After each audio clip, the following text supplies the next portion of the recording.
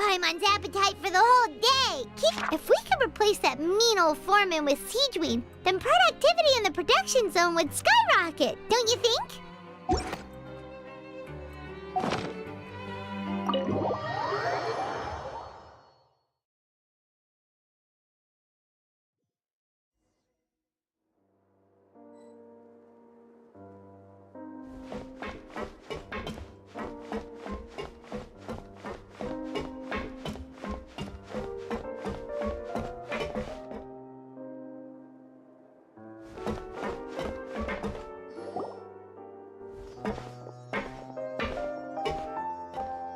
Excuse me? I take it Mr. Fremonet's condition has stabilized? Of course. I wouldn't have left the infirmary otherwise. I've been expecting those two, but might I inquire as to the purpose of your visit, Miss Siegeween? I wanted to check up on Miss Cloran. How are you feeling? Mostly fine, I think. If you don't mind, I'd like to perform another quick physical exam. It'll just take a few minutes. All right. Thank you for looking out for me. I'll take my leave for now, then.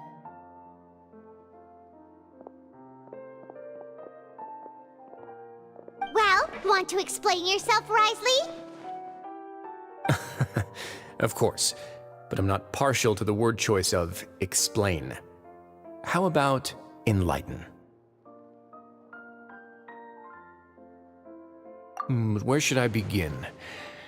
How about you start by asking me any questions you have? You can start with whichever one you'd like to get answered the most. Then Paimon will begin. Did you know about Lenny's goals from the very beginning? No. I just knew they were Fatui operatives sent to the fortress by the Knave. As for their specific goals, I only figured those out as you made progress on your investigation. You managed to monitor and stay ahead of them even though you didn't know what they were trying to do? They came here with ulterior motives. I'm quite adept at discerning what that kind of behavior signals. Initially, I thought their goal was just to investigate Child's disappearance. Linny suggested that I had deliberately let him escape, but in truth, I didn't really do anything special to help or hinder him while he was here. Everything he did, from finding helpers to leaving this place, he did on his own. Of course, it's inevitable that the Knave would make a big deal out of her fellow Harbinger's unexplained disappearance. I'm also quite curious about where that Harbinger went, so I figured I might as well let the Fatui do their own investigative work. All I care about is the answer. So you were hoping Lenny's group would just do your work for you! You make it sound like that's a bad thing. Unfortunately, things didn't go as planned. I assume that Fremonet has told you already, the ratio of primordial seawater around the fortress of Meripede is on the rise. The Forbidden Zone has always been Lenny's target, and you got roped into that investigation after running into him. I began to intervene out of concern for your safety, and also to prevent the fortress from becoming entangled in more irksome matters. Are the rumors true? That you're also a former criminal? Now, why would you put it like that? Isn't staying here all day and serving as the manager of the fortress a kind of sentence unto itself? Another form of prison? I just happen to have some support from the rest of the inmates, that's all. Oh, right! Paimon wanted to ask, who invited Cloran down here? Me, of course. I paid her good mora to come down to the fortress for some field work. As a champion duelist, Miss Cloran could be considered to be an independent party. I needed to find an exceptionally capable person to help me get through the impending crisis. And saving Fremonet was part of that crisis? You can think of it like that, yes. Credit where credit is due, that boy is quite adept at diving. Had conditions not been as hostile as they were, he probably would have found the missing Harbinger already. That's not something you should be asking after. Neuvillette only asked you to investigate Child's whereabouts. All I need to prove to you is that the Forbidden Zone had nothing to do with the Harbinger's disappearance. That should be clear now that you've spoken to Fremonet. But answered a bunch of questions that you threw at us, isn't it about time that you answer our last question in return? You make a compelling case. Do you really want to know the answer that badly? Yeah, Paimon really wants to know. Even if the truth may not be pleasant? Follow me.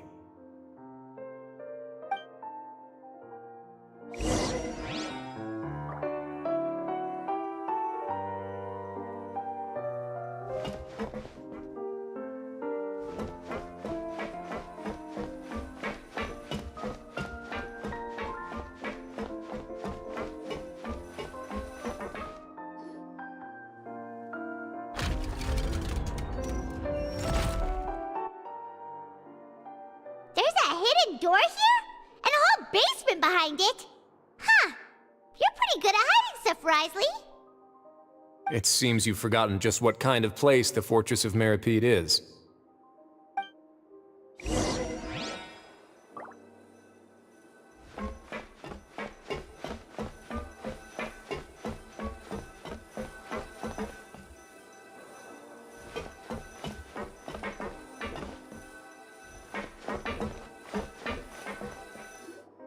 Stand on the central plate. Wait, is there a secret mechanism or... Whoa!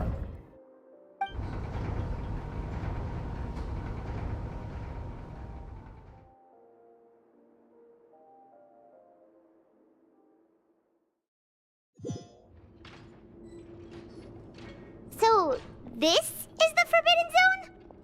Honestly, for a place so well hidden, Paimon sure doesn't see anything special. What a huge door! There are 3 such isolation gates in total. Generally speaking, I'm the only one who's allowed to go inside. Hence the name Forbidden Zone. Am I correct to assume you're going to run on back and tell your little Fatui friends everything? Well, Paimon wasn't thinking of keeping anything from them. Well, I'd advise you wait until you've seen the whole truth of this place for yourself before deciding whether or not to tell them.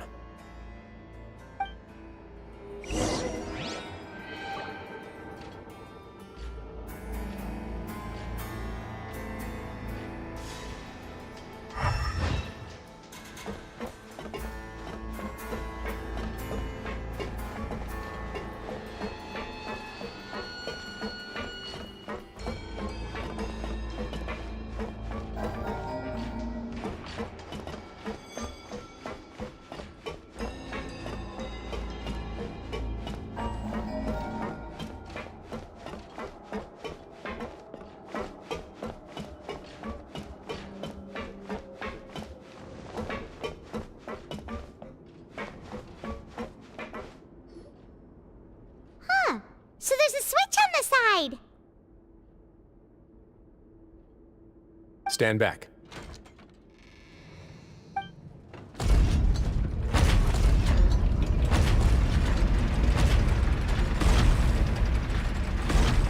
Whoa! They all just went up one by one! Go on, have a look.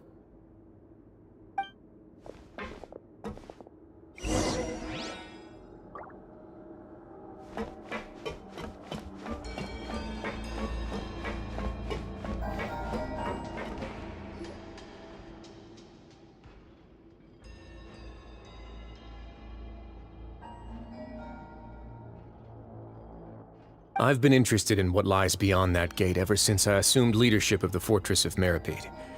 Of course, it would be unwise to recklessly open it, but it'd also be risky and negligent to simply ignore any potential danger that could be behind it.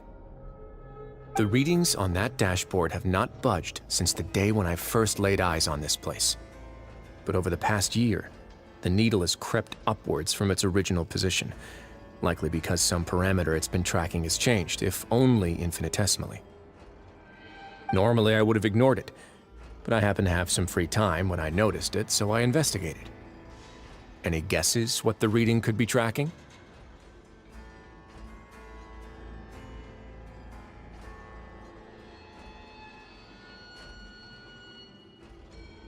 Very reasonable guesses.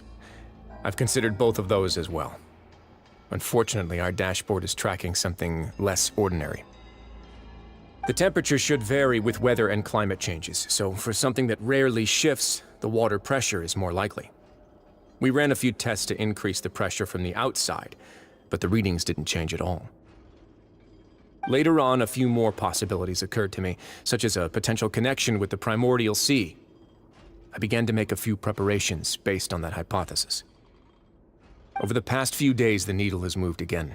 With that, and the symptoms that Fremine displayed after leaving the fortress, I can now confidently conclude that the readings represent the concentration of primordial seawater in the seawater nearby. The concentration of primordial seawater? But we're already under the sea! And that is precisely the problem. We're at the bottom of the sea, and now we're surrounded by toxic seawater. Somehow, primordial seawater got mixed in, and the concentration is steadily rising. Yes, that's very likely. But forget about the two of us! Not even Novelette knows where the primordial sea could be, much less where we could find and plug a leak. Oh. Oh! Seems like you've figured it out. I believe the primordial sea lies directly beneath this sluice gate. For some reason, the primordial seawater levels have risen significantly, and it's now very close to us. The indicators are now red. Although the gate still stands, some primordial seawater has already leaked out and mixed into the sea around us. If this continues, soon it will no longer be able to hold back the primordial sea at all.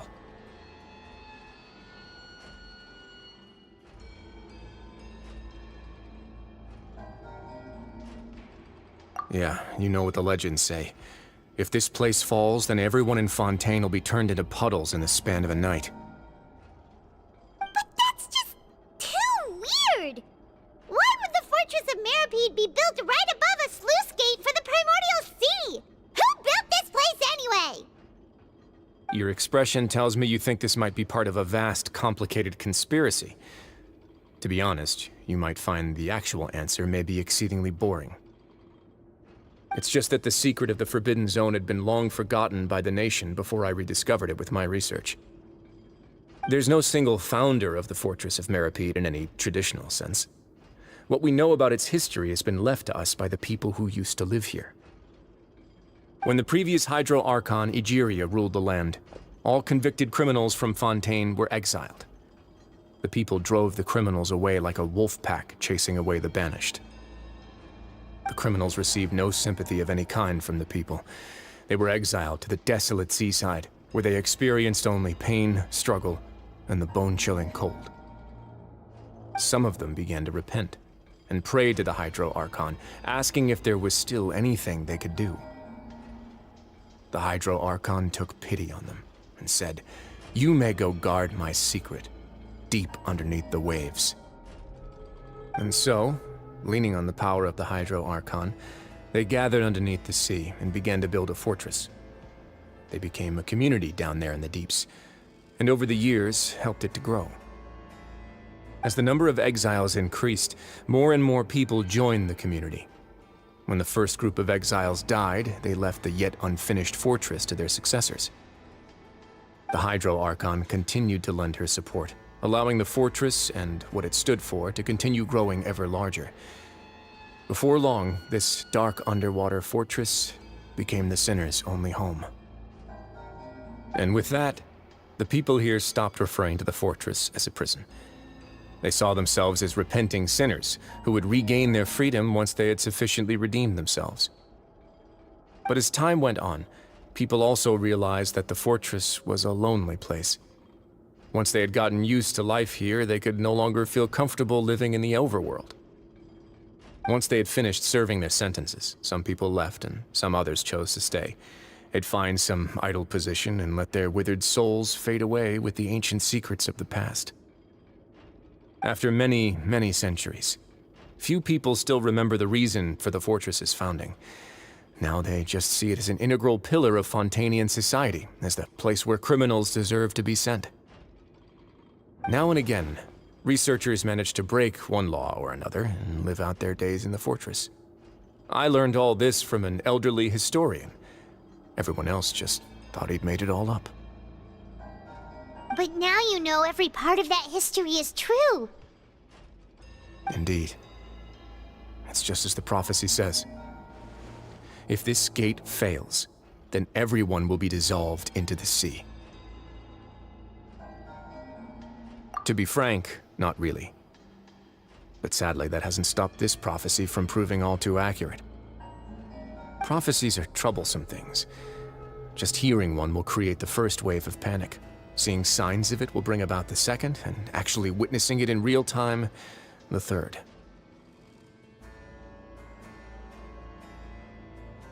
Let's go somewhere else. I want to show you something.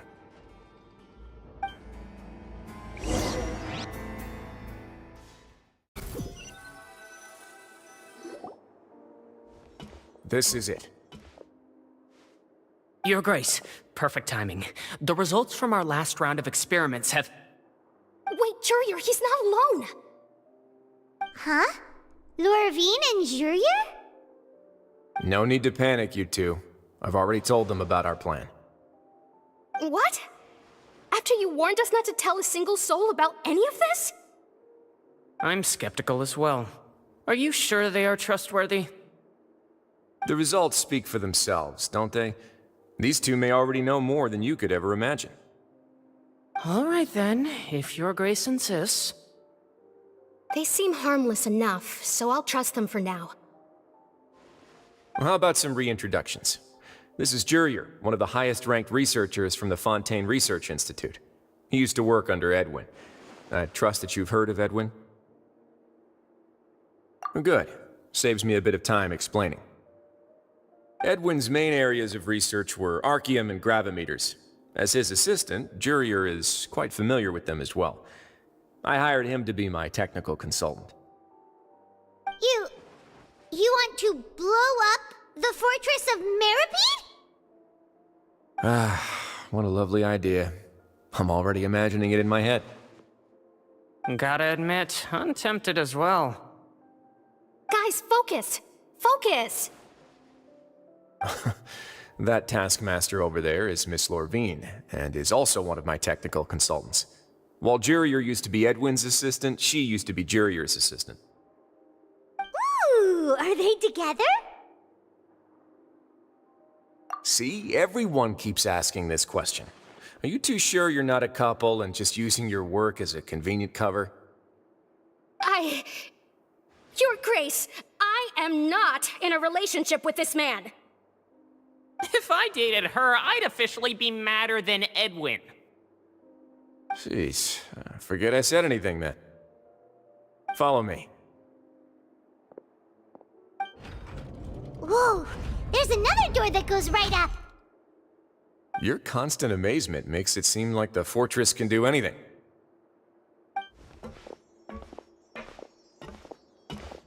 But Paimon really thinks everything's super cool.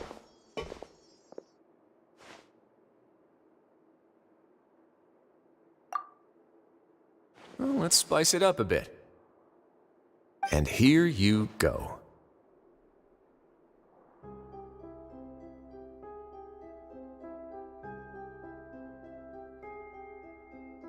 What a huge ship!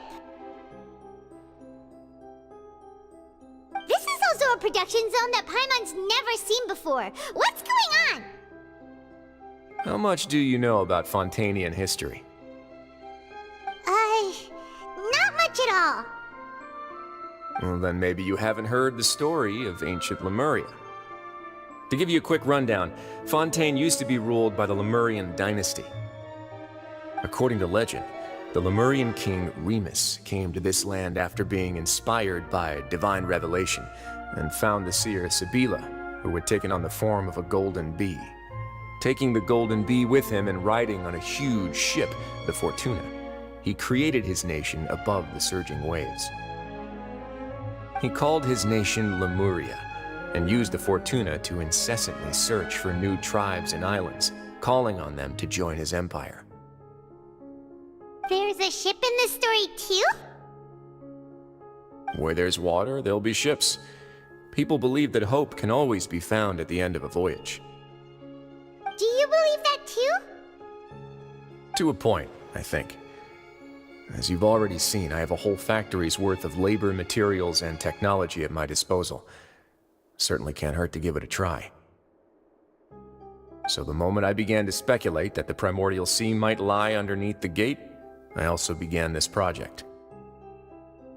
Were you inspired by the legendary Fortuna? Maybe. Fontanians need something to hold on to cope with the impending disaster.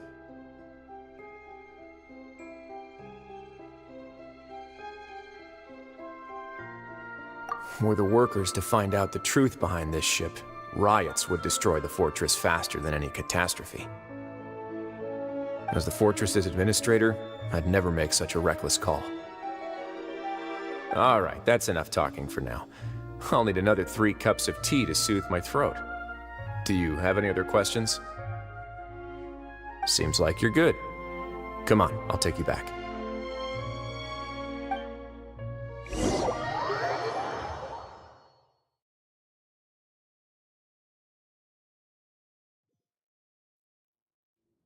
I'll leave you here for now. Oh, thank you so much. No worries. But don't forget, it's up to you whether or not you want to share what you just saw. What you do from here on out will likely affect those 3 as well.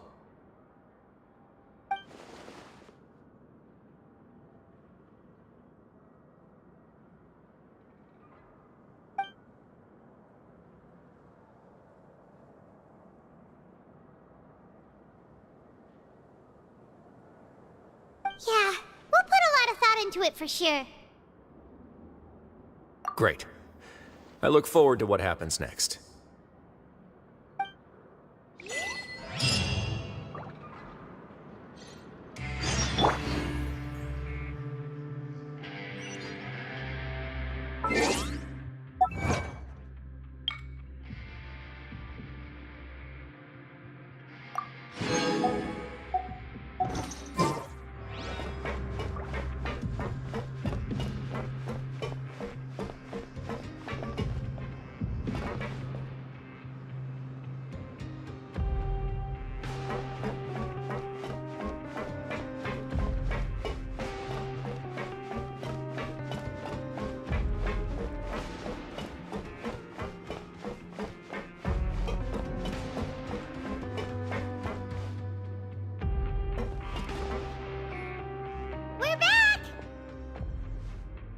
Welcome back.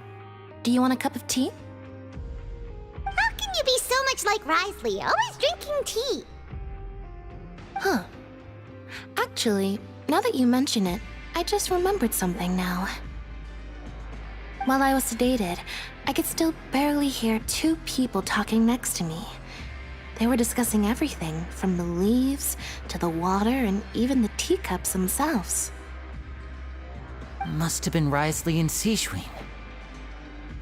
Yeah, I heard 1 male voice and 1 female, so it should have been the 2 of them. They really were just talking about brewing tea. I really can't make sense of this place.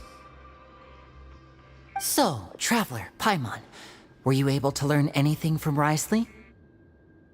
Yeah, he explained everything. Very well. Then, would you mind checking your answers against my speculations?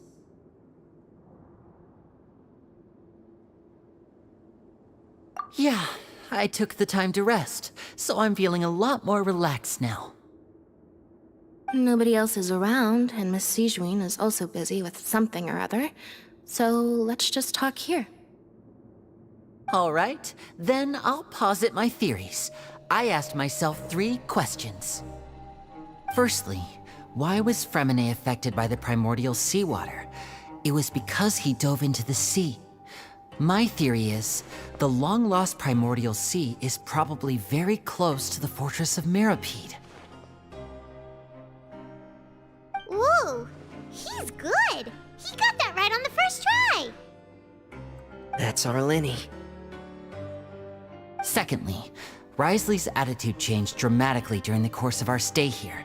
He ignored us completely at first, then suddenly roadblocked us. Why? I spent quite a long time thinking about this. If he has been monitoring the Fatui since the very beginning, he probably ignored us at first because he was hoping we could find Master Child for him. What's more, the Fortress of Meripede is not part of Fontaine's court system, nor does it report to Udex Nervulet. Wriothesley is basically the king of a no-man's land. As long as the fortress doesn't do anything about Master Child's disappearance, Father can use it to pressure the Fontaine authorities. And while the two factions are pitted against each other, Wriothesley will be free to move between the parties of interest. If I had to guess, he probably has something that he's working on himself. It's likely related to the secret of the infirmary, but I just can't think of what it could be. You're super smart! Thanks so much. Then finally, there's the last question. If Wriothesley does have a plan, what could it be? All I know for now is that his plan probably has something to do with the changing nature of the seawater. He's even gotten Cloran to help him out. That can't be the full extent of what he's doing. There's probably a secret passageway behind the block in the infirmary, and there's something big in the fortress that most people here never get to see. He has a bargaining chip, and it could be important enough for Father to deal with him directly. I don't have enough information, so I have no idea what his chip might be. But let me guess. You have the last piece of the puzzle.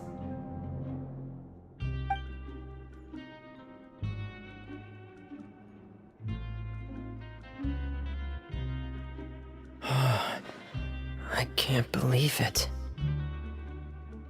The sea will engulf everyone. Just like the prophecy said. Could Wriothesley have wanted to meet Father to figure out a way to deal with this crisis? If you remember, I once mentioned that Father sees the House of the Hearth as her base of operations, and she truly wants to resolve the crisis. But how could Wriothesley have known that? Or perhaps he didn't know, and just wanted to bring Father over to his side? Which could be why he said he just wanted to negotiate. Yeah, that makes sense to me. I understand your concerns as well, Traveler. I'll figure out a way to pass this on to our father. No matter what, we're on your side. The two of you have already aided us far too much. We probably wouldn't be standing here right now if not for you. If you ever need anything else going forward, please come to the House of the Hearth at any time. Though you may not share the sentiment, after all that we've gone through together, the three of us basically see you as family now. You have my gratitude. Thank you for protecting Lenny when it really mattered. And thank you for sharing the secrets of the fortress with us. We didn't think you were going to do it. Why are you being so formal all of a sudden?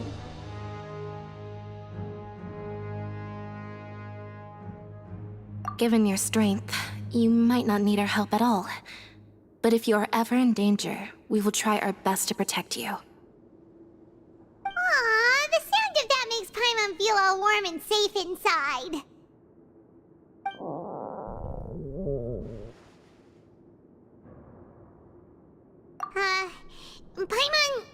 Paimon's hungry. Oh, you've done so much already. Go get some food. Alright, then we'll catch you guys another time.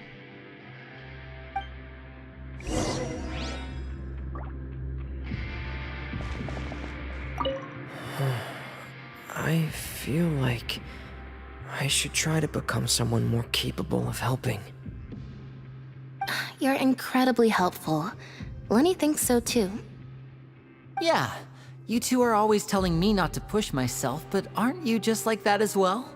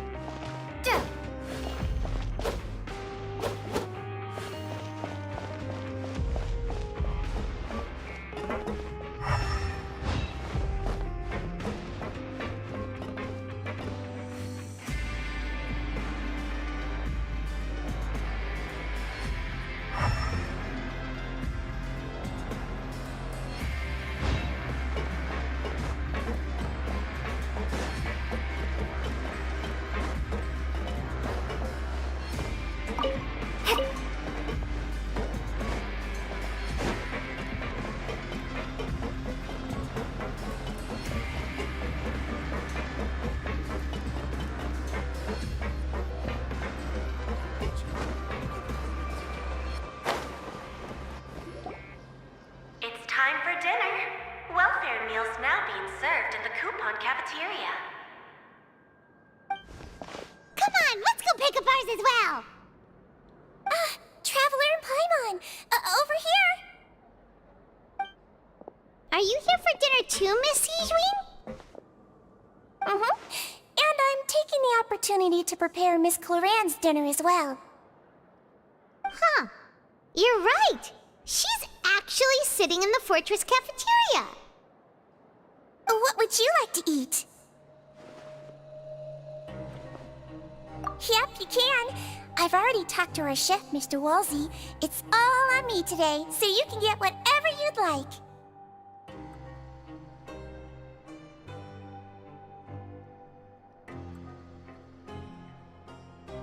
Me too! Don't forget Paimon! No problem. Just leave it to me.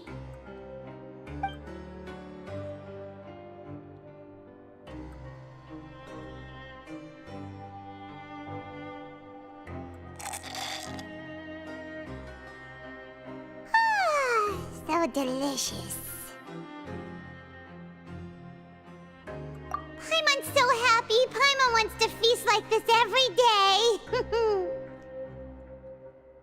Feeling full yet? How's the food? Delicious.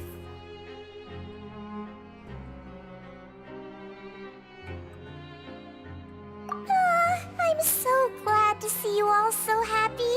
Oh, see, the expression on your face just now? The muscle here just moved, which suggests that you're feeling quite relaxed at the moment.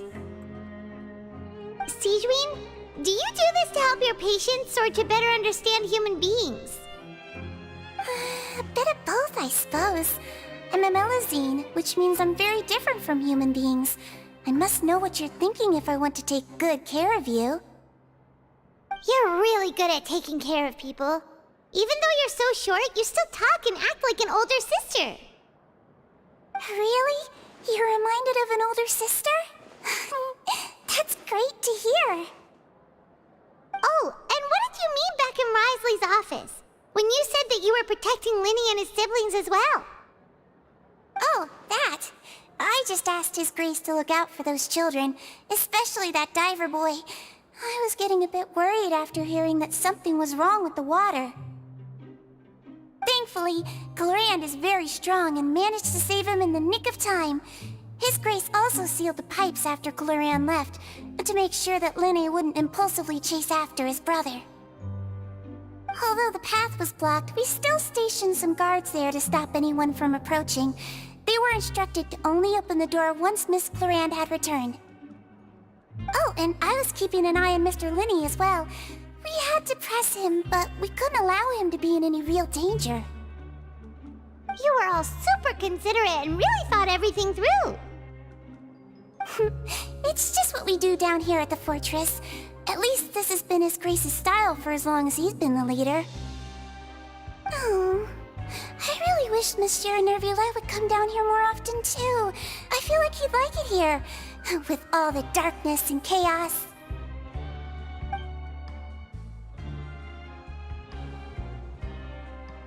Get a good night's rest, you two. You both worked very hard.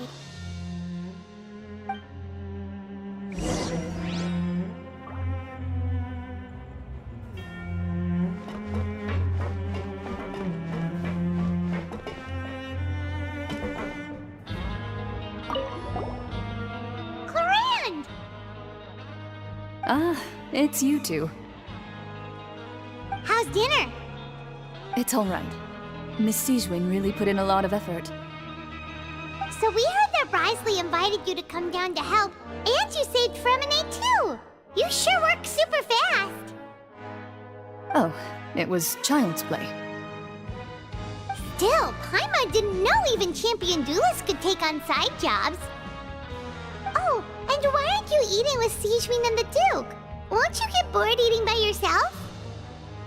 Miss Sijwin was with you, and the Duke has business of his own. Actually, didn't Navia say that you went out for dinner with her as well? Yeah. First time in a long time. First time in a long time? So you mean you've gone out to dinner with her in the past? In the past, yes. You seem to be enjoying yourselves here.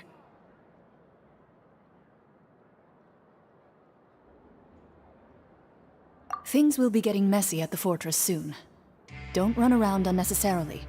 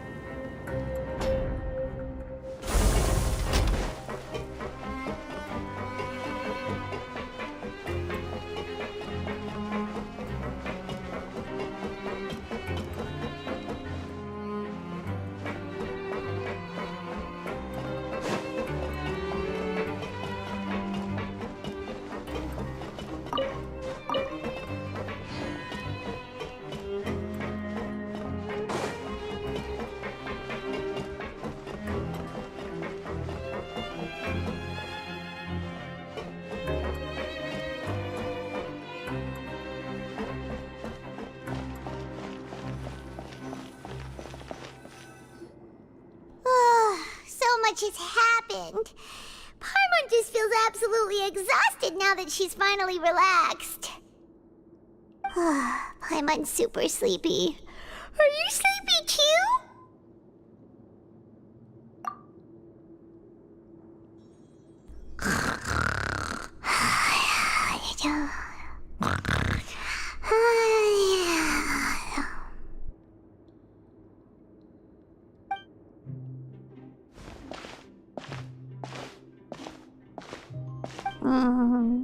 Delicious.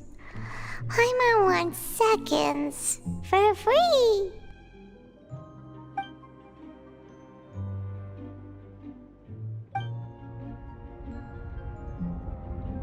Out of my way! Get out of my way! What happened? Why is everyone running? No idea, but something must have happened. Stop asking!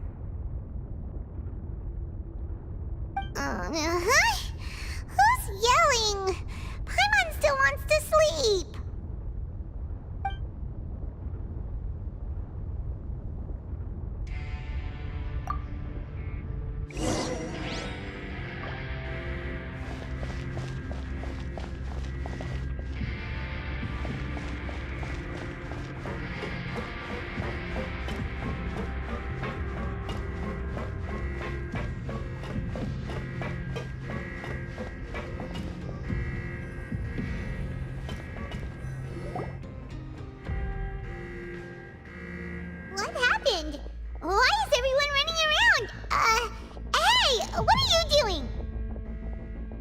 No time to explain, mate. Goodbye! Hey, wait! What's wrong with these people? They won't even talk to us. They're here! Yeah, there you are! Oh, thank goodness! Quisto and Lavaroon, do you know what happened here? We came here especially to inform you. Something seems to have gone terribly wrong just now. His Grace is telling everyone to evacuate and get out of here. Lavaroon was saying you two are new here and you don't have many friends, so you might slip through the cracks. Haven't you heard all the stories like that? An evacuation is successfully completed, yet you only find out once you do a head count that 1 or 2 people are missing. Wait, weren't you the one who brought that up? Why is it suddenly my idea? Hey, shut up! Okay, whatever. The point is, you should come with us. Yeah, he said to get as far away as possible, upwards and outwards.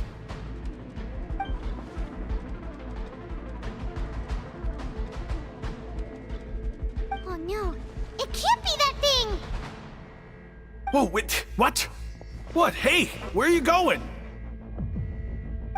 We have to go find the Duke! You two just go and get out! Go on without us! Hey, hey! Be careful! Attention, please evacuate upwards and outwards, upwards and outwards. If you're already at the topmost layer, then try to move as far outwards as possible.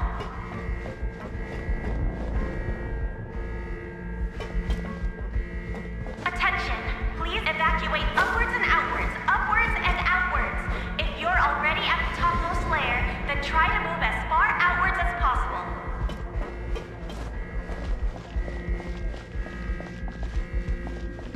Attention, please evacuate upwards and outwards, upwards and outwards. If you're already at the topmost layer, then try to move as far outwards as possible.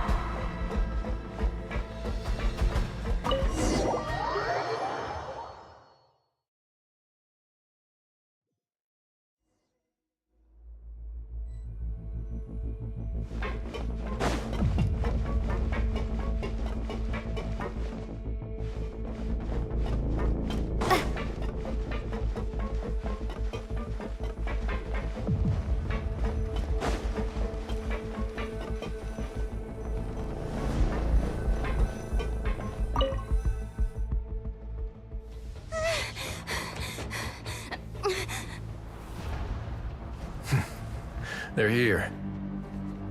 Just like I said. What happened?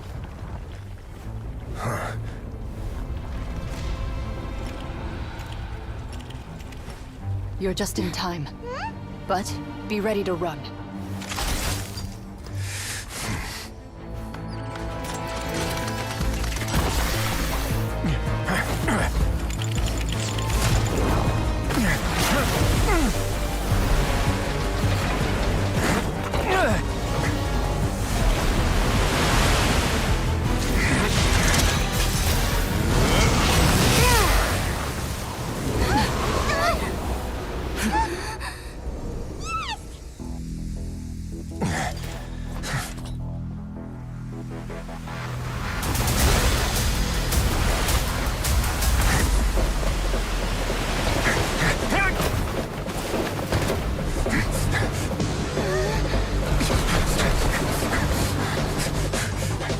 Three, 2, 1.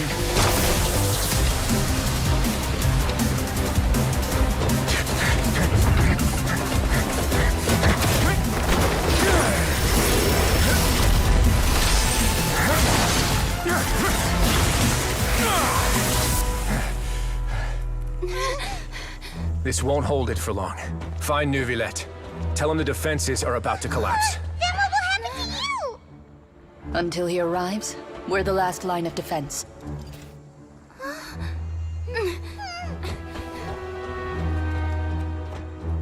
The gate. How long do you think it'll hold? That depends on us.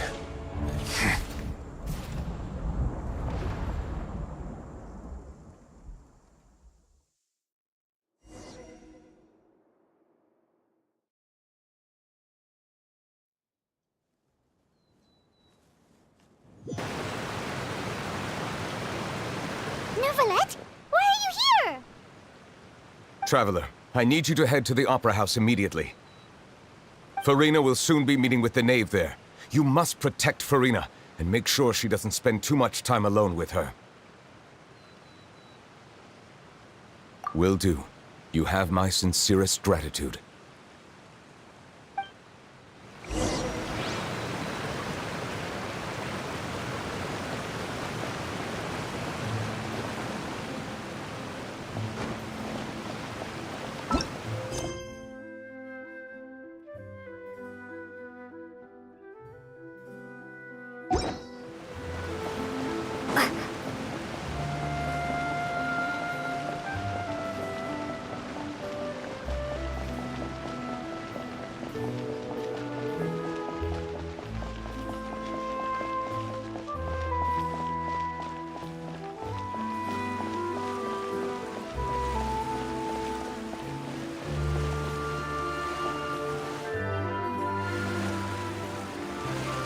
Look! There are a ton of Fatui and Palais Mermonia people over there! The knave is probably here already. We need to hurry! Are you two the Traveler and Paimon? Monsieur Neuvillette has left instructions. Please follow me. Though I'm sure he's already explained, this should be a mostly cordial conversation, unlikely to give rise to violence. But it would be most appreciated if you could protect Lady Farina to the best of your abilities.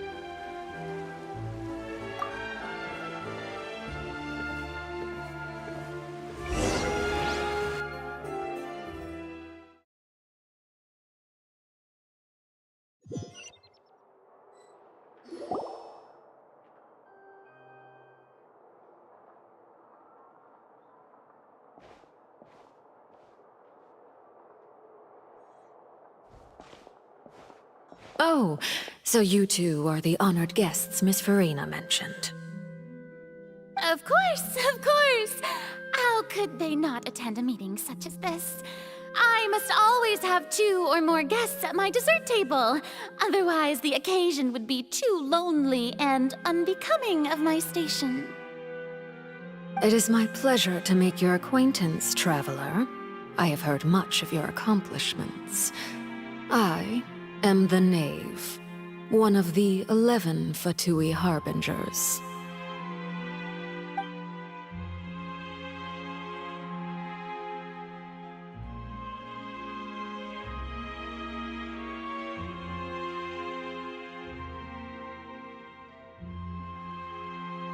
I've already prepared seats for you. Come, sit beside me. Perhaps you two are unaware of how Miss Farina and I do things. You see, we actually recently agreed to get together for tea when we had the time. See this? This is a limited type of confectionery that Miss Farina simply adores. There are only 16 slices sold every day. Here, why don't you and Paimon have a taste?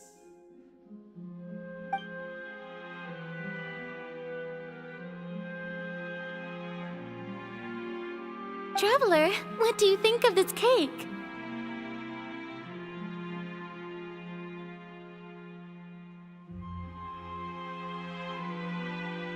That's good to hear. So what Child said was on the mark after all. You do share a taste in desserts with Farina and I.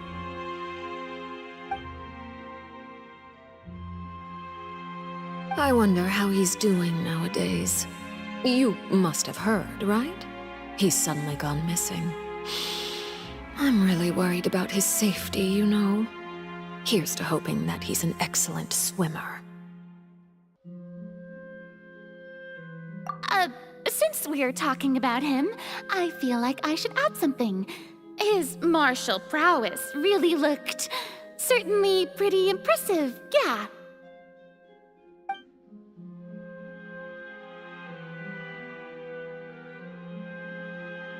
Oh, so you're also familiar with his aptitude for fighting, Miss Farina. Oh, right. I almost forgot. Child was subdued by Iudex Neuvillette right in front of you. Against ordinary people, my colleague would never be on the back foot. But alas, He just never imagined he'd run into such a person. I must express my admiration for Monsieur Neuvillette.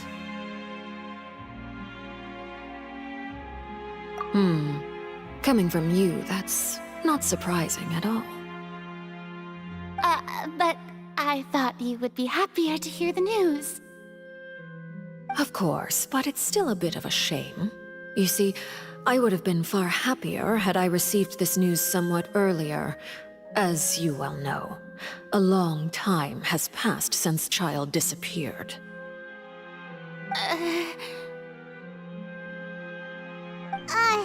Well, in any case, there's no need to worry. We know for sure that Child is still alive. Oh, and just how do you know that? Because we found evidence that proved he left the Fortress of Meripede.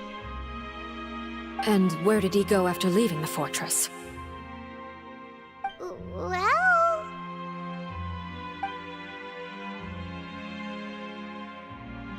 The Fortress of Meripede lies deep beneath the waves. Unless he pranced right out of the main gate, he must have had to swim for it. Do you have any proof that he surfaced safely?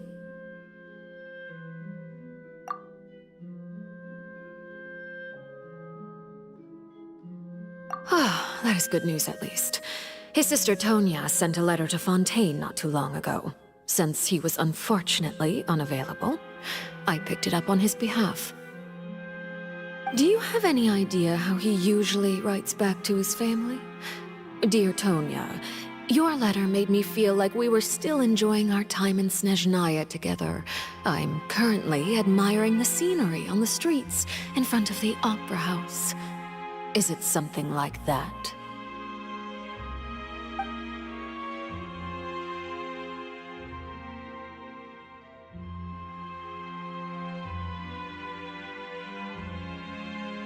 All letters tend to follow the same few formats anyway, right? As long as the contents are accurate, it doesn't matter so much how it's written or how it's worded. Huh?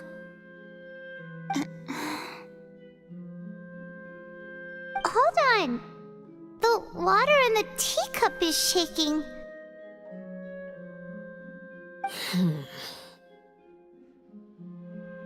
I suppose this is also a sign of things to come, Miss Farina.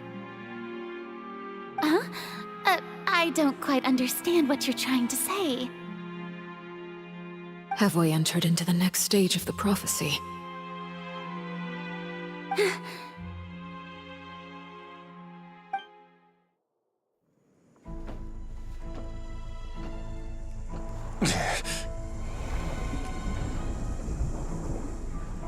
My thanks to you both. I will take it from here.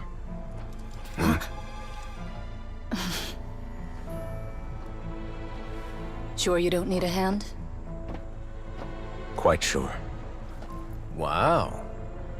So, what's your secret, huh? Let me guess. Nah, who knows? Maybe it's just your sense of responsibility. Sounds about right.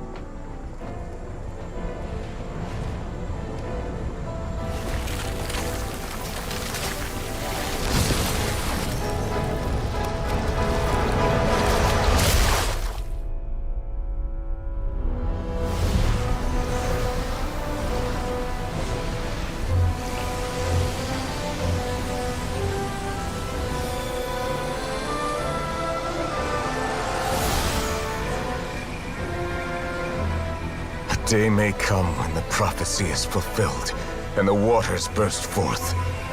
But it is not this day!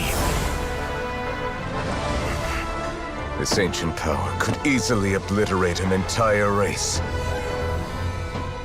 A tsunami of fury would unleash endless catastrophe.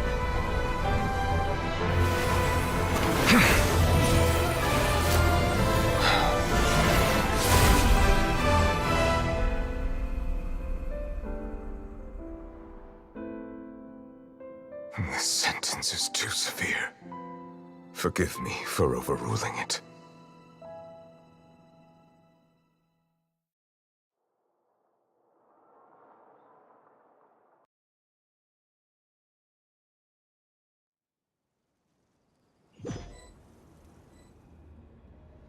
All right. Seems like the problem inside has been suppressed. Let me guess, we're safe for now. Indeed. But only for now. I win this bet. You owe me a present. Very well. It was indeed just as you said. You made a bet? We made a bet on the size of your entourage. Cloran thought you wouldn't come down by yourself. I figured you would have at least brought a few people along for appearance's sake. It appears I underestimated just how confidential the mission was.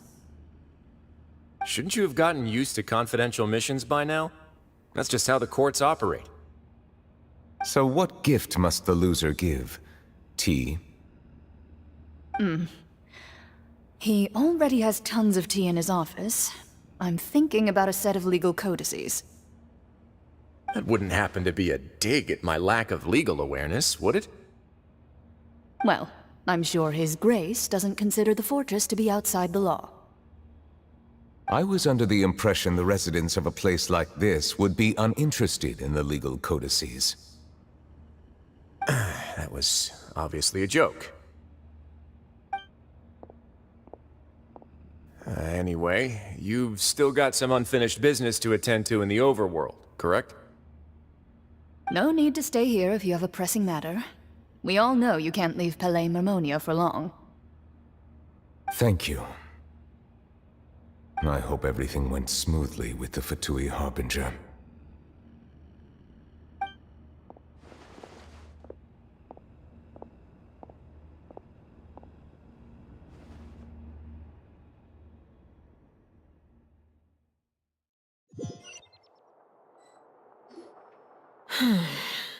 I must say, we've spent long enough playing house. Miss Farina, as the Hydro Archon, I am sure you understand the exact meaning of the phenomenon we just witnessed. Or should I say, that's what I originally thought. But looking at your expression, was I wrong? And you haven't a clue? What are you trying to say? At this point, I don't think there's any more need to speak as diplomatic representatives. Allow me to speak to you now as just a Fontainian. You know the prophecy by heart, and also that every part of it is being proven true.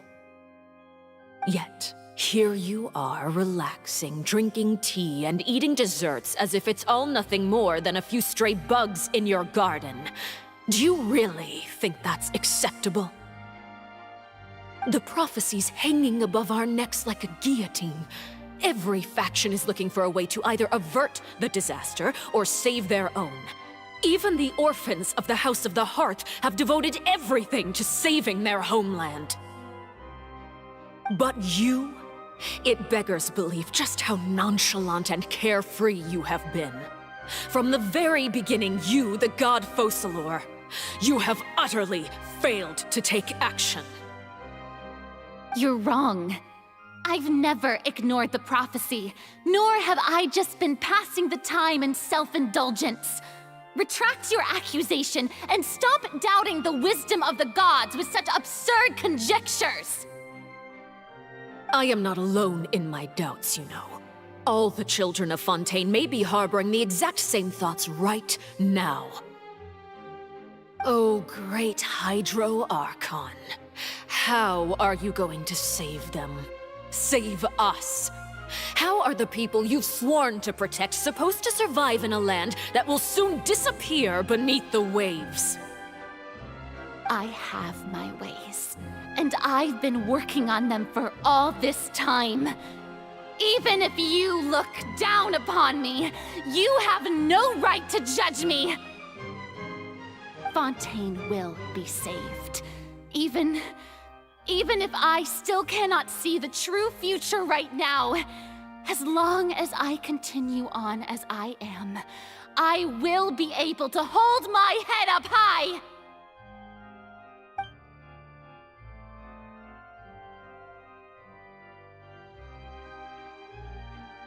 Then I ask you, Miss Farina, just what have you been working on? Where can we see it, and what is it doing to help?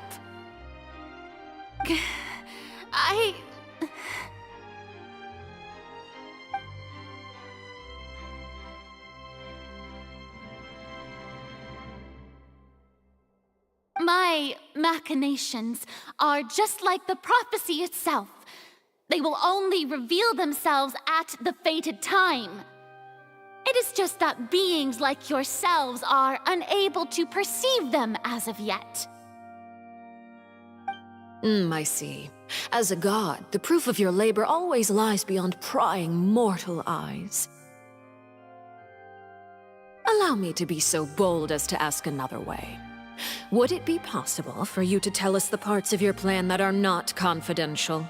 Such as your emergency response plan for the impending disaster? An emergency response plan? Oh, that look in your eyes. Have you not even prepared one of those? The emergency response plan is also strictly confidential. Then allow me to jog your memory. Miss Farina, what is the purpose of your Oratrice Mécanique d'Analyse Cardinal? And what do you plan to do with the massive amounts of indemnitium that has accumulated over the years? The Oratrice? It's just like it appears to be. So you also have no idea. If I'm not mistaken, someone's using it to prepare for something. But unfortunately, it would seem that someone is not you, Miss Farina. I first caught wind of this when Linny tried to investigate the Oratrice in the Opera House.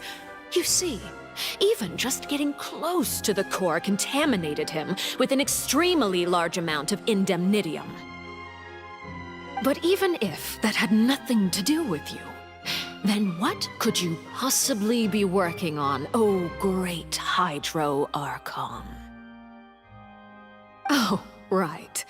I almost forgot. Udex Nouvillette is not at the tea party with us today. Miss Farina, I suppose you must have ordered him away to take care of some troublesome business. Yes, that's exactly right. Please keep it a secret for me. Of course I will. Although, I must say, Miss Farina, you seem quite insecure without the Udex by your side. Oh, very well. Let's stop that conversation here. There are still a few slices of cake left, so please, help yourselves, everyone.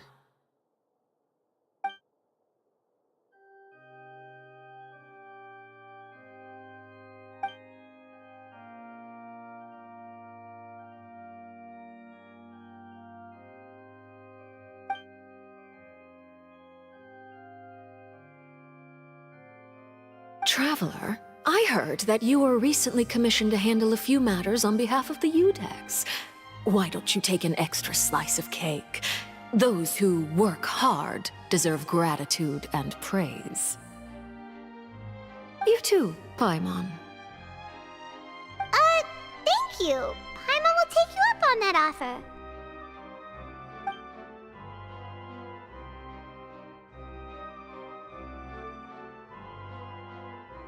Oh, Paimon's super full. That cake was great.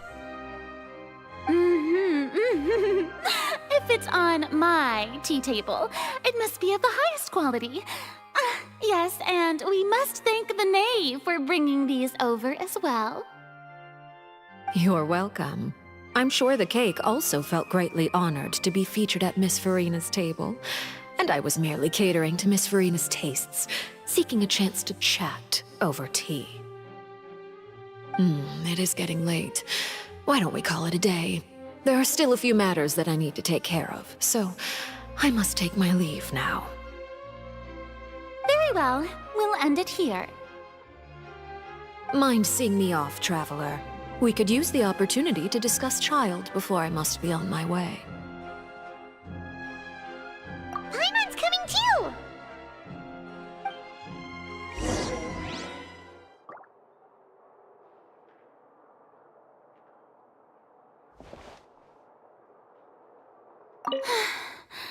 The tea party turned out to be even more difficult than I'd imagined. Why are you looking at me like that? Is something the matter? If there's nothing urgent, then I shall be retiring for now.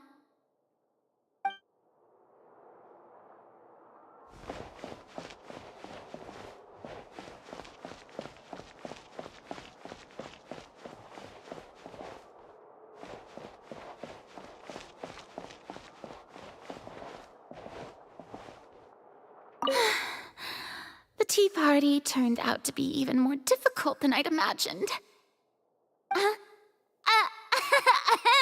Why are you looking at me like that?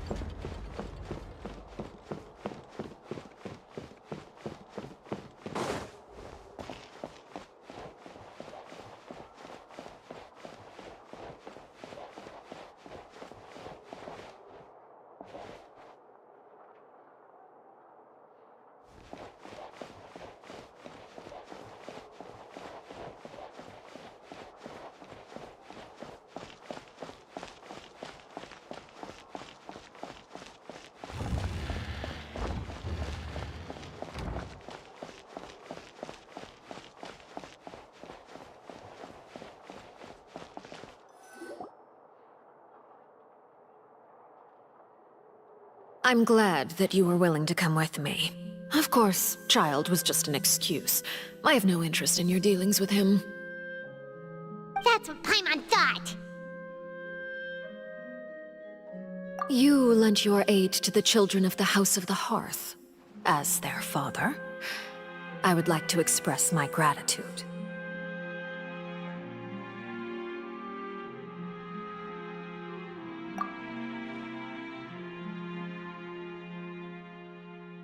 That was all. Formal topics should be discussed in formal settings, and informal topics in informal settings. I know you just returned from the fortress of Meripede. Relax. I have no intention of trying to get anything out of you. Linny, Lynette, and Fremine are still there, and I trust their judgment and abilities. They've all been working very hard and have always done all they can to fight back against anyone who tried to stop them, especially Linny. You mean Wriothesley. He's a tricky one to deal with. It's unfortunate that Linny's so eager to prove himself that he can't learn to rely on others, including me. By the way, and you can just consider this a bit of idle gossip, but what's your impression of Furina?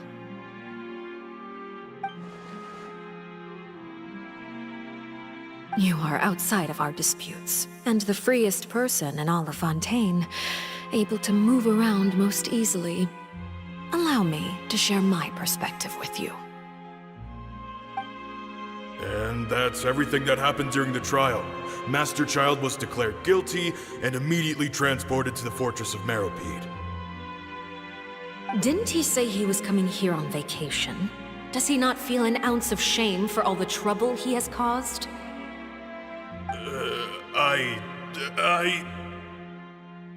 Forget it. He did give us an opportunity. I will be meeting someone shortly. Do you require help with any preparations?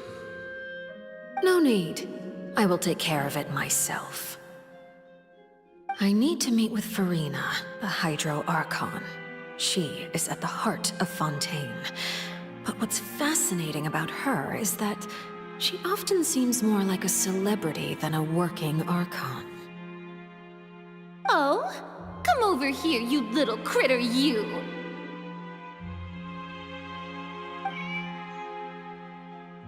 You dare to run from me? Stop right this instant! My goal is just to discover the location of the Gnosis. But I didn't expect the chance to approach Furina to be handed to me on a silver platter. This is so easy, it's actually making me a bit suspicious. Anything left unguarded is usually just bait. But no one will blame someone for taking the bait. After all, from the moment it was attached to the hook, the bait is meant to be sacrificed.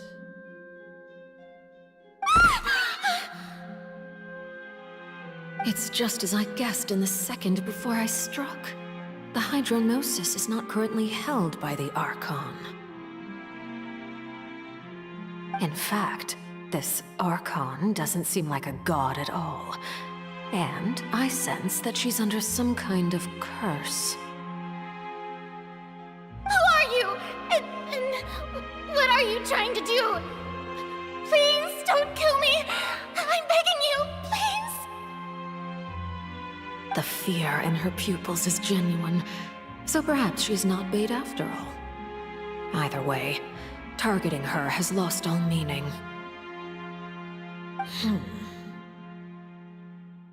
I left the scene with ease. Nobody came looking for me, and nobody could serve as a witness to my near assassination of Focalor.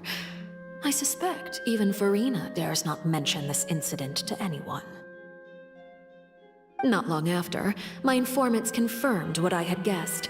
After returning to her quarters, Farina quietly cried alone. She was so scared that she could not sleep that night, nor could she even bring herself to eat her cake. There's no doubt that there's something wrong with her. I began to entertain the possibility that she is not the true Hydro Archon. Perhaps Iudex Neuvillette is actually the genuine article. I have to find the Gnosis. If the Neuvillette hypothesis is correct, he is probably in possession of it. Alternatively, it might have been hidden in a place that's hard for ordinary people to access. Yes, Father. My dear children, please speak. News from the Fortress of Meripede. Master Child has gone missing. On top of that, the contacts and guards we bribed at the fortress have all gone quiet as well. Probably the handiwork of that Ridesley. I'm afraid so. This is a good opportunity. The value of a Harbinger is much higher than most would imagine. We now have an excuse to exert diplomatic pressure on the Fontaine authorities. Set up a meeting for me.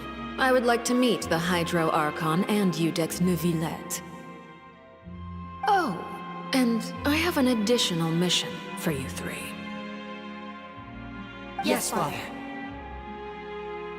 Tartaglia's disappearance was not a part of my plan, but I can use it to make a breakthrough. With this as my excuse, I can ask for an official audience and continue my investigation of Farina and Iudex Neuvillette. The initiative belongs to the House of the Hearth. My wish to investigate the Fortress of Meripede will be a front. Linny and his group will be responsible for the actual intelligence gathering.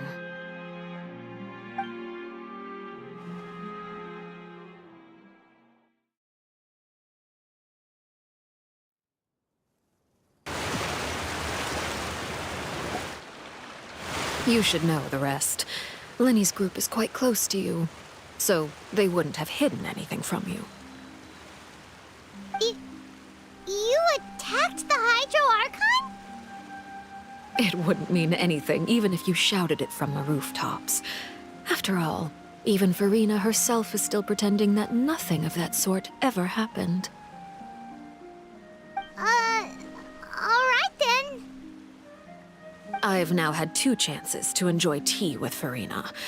I have to say, the leadership of Fontaine is even more inscrutable than I had imagined. I once surmised that Iudex Neuvillette must be the Hydro Archon, but now, that doesn't seem right to me either.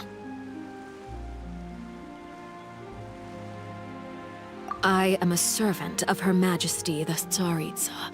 Over my years of service, I've learned how a real Archon conducts and carries themselves. Whether Iudex Neuvillette or Farina, neither fits the bill. It's hard to imagine either of them as the Archon. Of course, that is all just how I feel. Gut feelings often do not require justification. It is, however, quite amusing to me that after all my years working in intelligence gathering, I've come to realize I am at a complete loss regarding the identity of the god of the land of my birth. Don't you think Fontaine is quite intriguing? A catastrophe looms, yet many secrets have yet to rise to the surface. It looks like Fontainians will have no choice but to save themselves. Ultimately, though, one must survive in order to do anything else. Should the need arise, I would be happy to cooperate with you. You don't need to commit to anything right now, of course.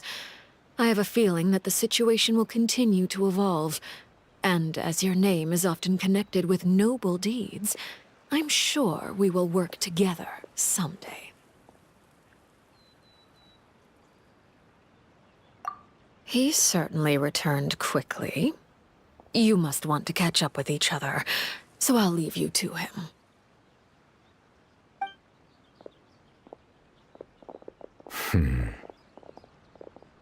Neuvillette, is it over? For now, yes. But this issue will prove quite thorny in the long term. I'm concerned that sooner or later the prophesized events will occur.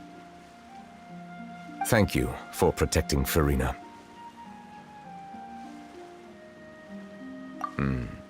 To put it simply, I used my power to force back the Primordial Sea and reseal the sluice gate.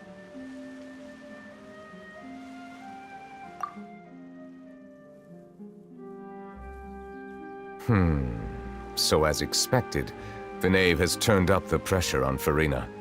She's trying to feel her out, though I'm still unsure as to her motives. Permission granted.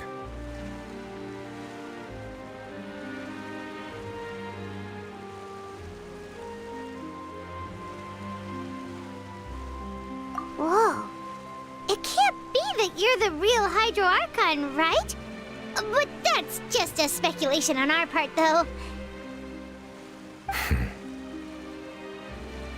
You can't tell us?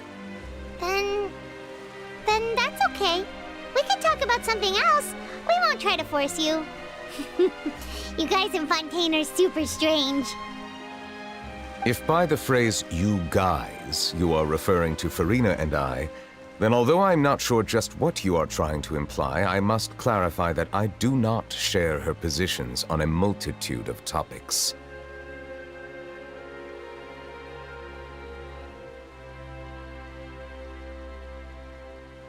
I believe so. The fortress has a long and complex history. It has seen much grief and suffering. And now, another catastrophe will soon be upon us. I mourn this turn of events. Huh? Why is it raining all of a sudden?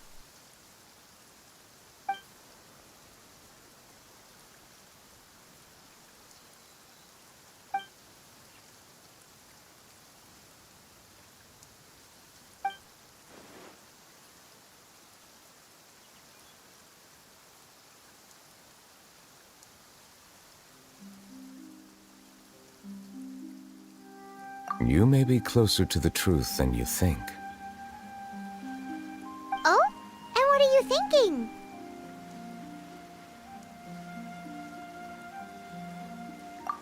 The dragon of... what? Huh? Please do not be so surprised.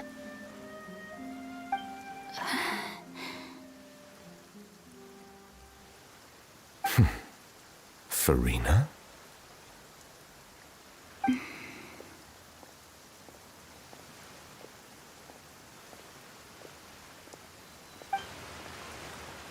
Neuvillette! Neuvillette, are you listening? My apologies. We were just guessing randomly. We didn't guess right, did we? You're not actually the dragon sovereign of water, right? Well, if you don't want to confirm or deny, You guessed correctly. I sincerely hope you'll be able to keep this a secret for me. Right, of course. We'll definitely help you keep it a secret. There's still something Paimon wants to ask you, though. Please, go ahead. Well, if you are the Dragon Sovereign of Water, and you were able to force back the Primordial Sea from the fortress, then since Fontaine's prophecy is all about seawater, couldn't you just use your power to solve the crisis? None of the currently living dragon sovereigns in the world, myself included, possess our full dragonhood. They say that when the first usurper arrived on Tivat, they seized a part of the dragon's power. Today, that stolen power is the basis of the Archon's authorities. There are 7 elemental Archons and 7 matching dragon sovereigns. The dragon sovereign of water who lived through that era perished a long time ago.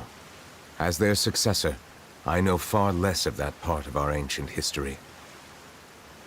In any case, I believe I will not be able to do much unless the Archon disappears and returns their elemental authority to me. Given the status quo, however, I would recommend finding another way to deal with the prophecy. Oh, so even you can't solve it. I still have some urgent matters to attend to at my office. If you have any more questions regarding ancient history, you are welcome to discuss them with me at a later time. Please go right ahead. There's a place that Paimon wants to go too. Traveler, why don't we pay another visit to the Fortress of Meropide?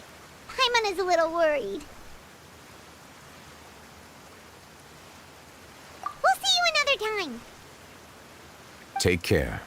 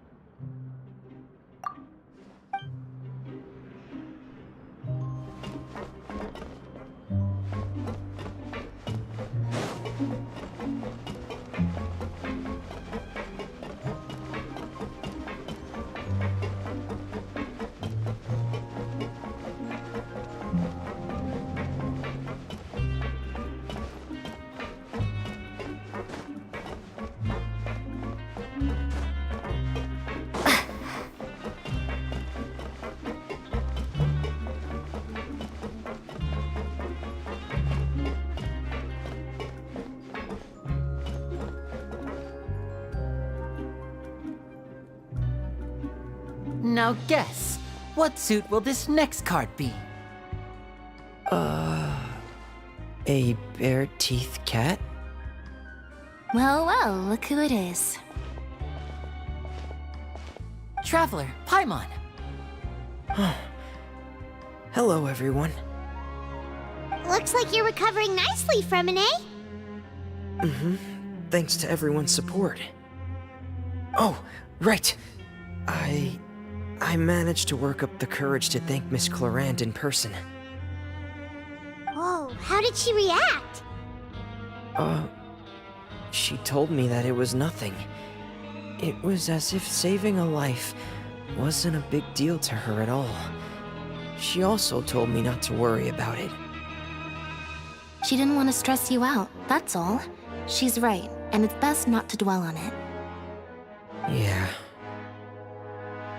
Okay, but check this out. We went back to the Opera House and we met the knave. You met Father?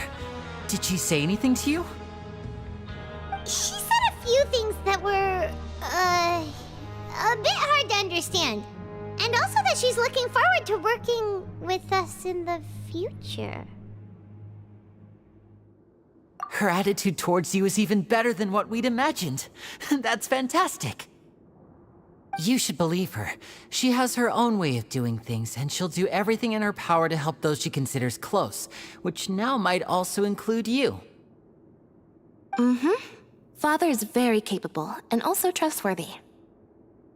Oh, Paimon just remembered that she thought Linny was a bit too proud as well. She said that you should learn how to rely on others sometimes.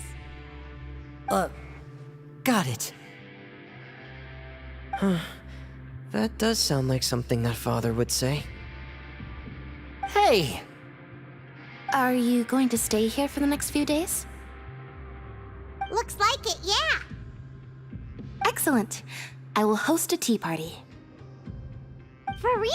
Then Paimon wants another serving of cake. Another implies that you were already served some delicious cake while you were up there. How lovely. Well, next time, you're going to have tea and snacks with us.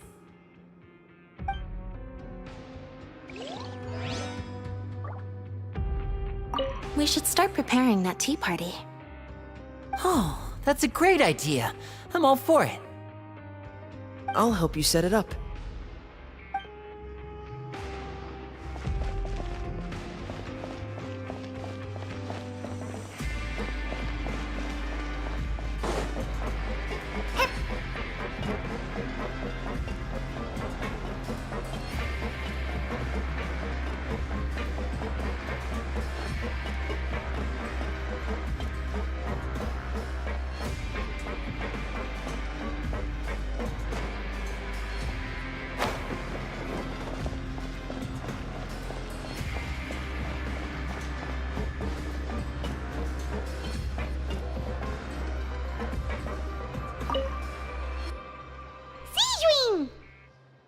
Traveler, Paimon, you're back!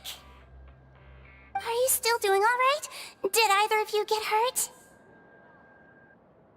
We're fine, but what about you guys? It was such a huge mess. How bad was it? A few people sustained superficial injuries, but that's about the extent of the damage. Monsieur Nervillette paid us a visit. It was all thanks to him that we managed to suppress the crisis for the time being. Of course, we must also thank you for the help you provided. How did Nervillette know that he was needed here? Well, Monsieur Nervillette has strong resonance with the hydro element. When the water level rises, he can feel the waves produced. I ran into the bombshell bros while bandaging the injuries of the wounded. They were mumbling the whole time about how you just ran down without a word. I'm so relieved to see that you're both alright. If you're not too pressed for time, please stay with us a few more days. Just let me know if you get a craving for any particular dish, so I can have Mr. Walsey get your meals prepared. Oh, and please feel free to visit the infirmary for a break at any time.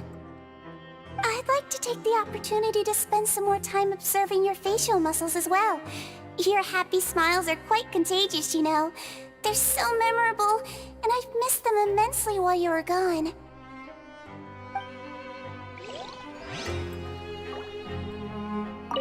If you can find the time, please stay at the fortress for just a while longer.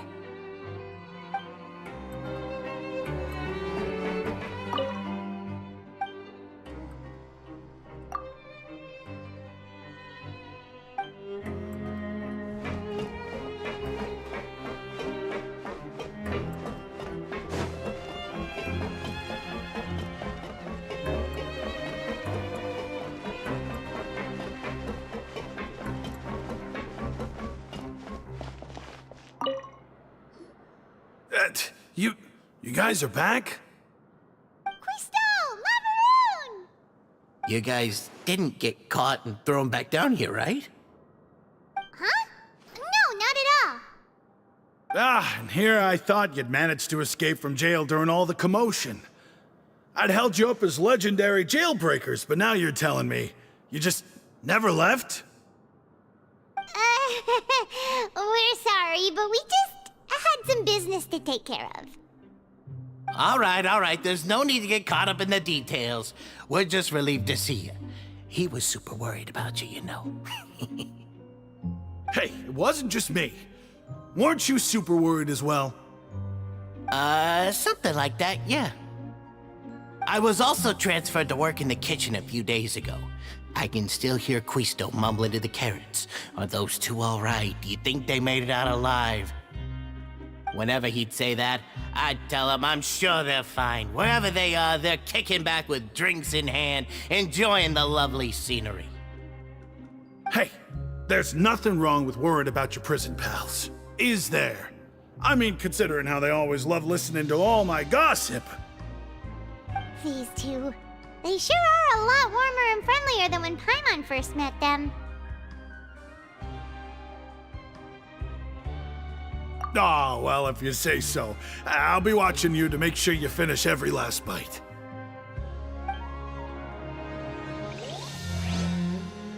Hey, why don't we have a meal with those two one of these days? You want to cook for them yourself? Why not? Good chance to show them what I can do.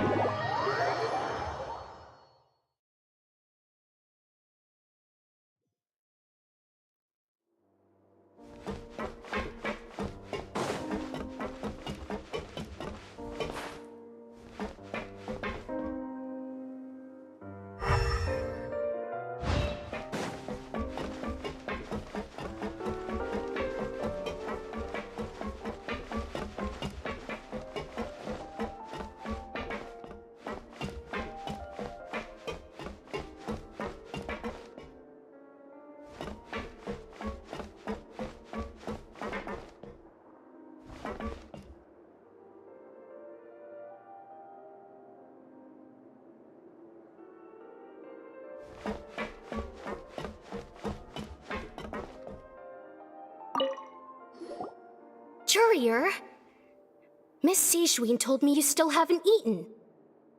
Yeah, I was working on something, so I forgot. That's no excuse for... Huh? It's you two. Courier, Lurvine, we're back! Hello there. It's been quite the mess here recently. How have you been? And you? Are you still taking the secret passageway from the infirmary to work on the ship? Yep. That is still top secret, though, so don't say a word to anyone. It can be a bit annoying when there are lots of people in the infirmary, but I still prefer taking that route over the one from the Duke's office. I mean, the infirmary does make it easier for you to slack off. Oh yeah? Then why are you also here so much? You two really are just using your jobs as a cover for your relationship, aren't you? Not at all!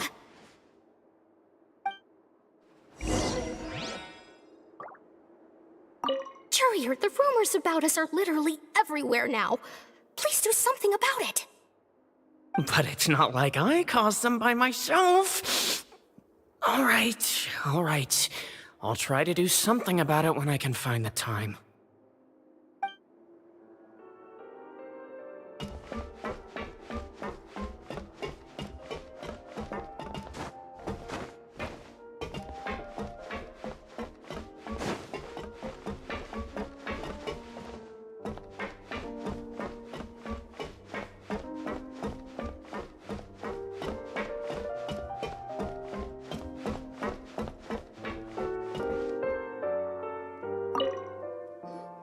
Do my eyes deceive me, or did I just see two inmates come back after making it to the surface?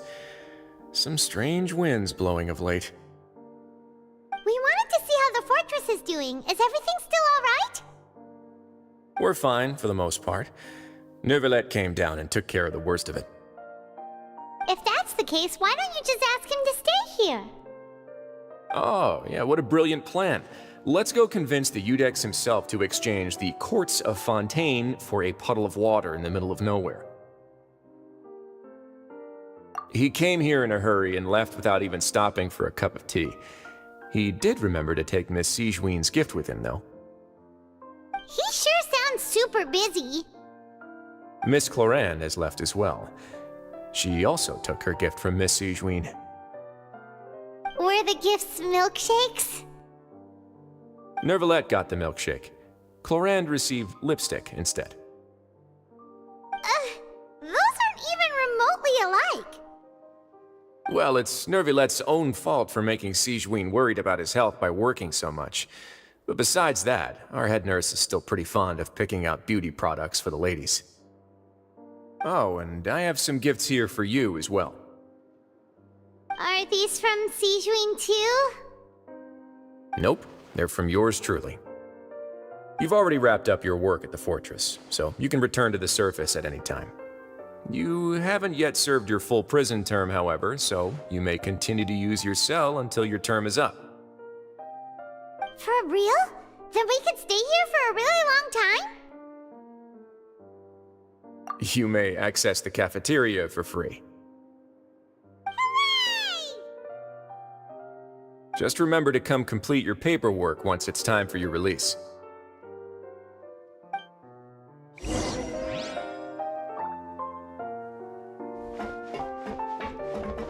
Your file can't be closed until we've completed your paperwork, so don't forget to come find me again when you're done serving your sentence.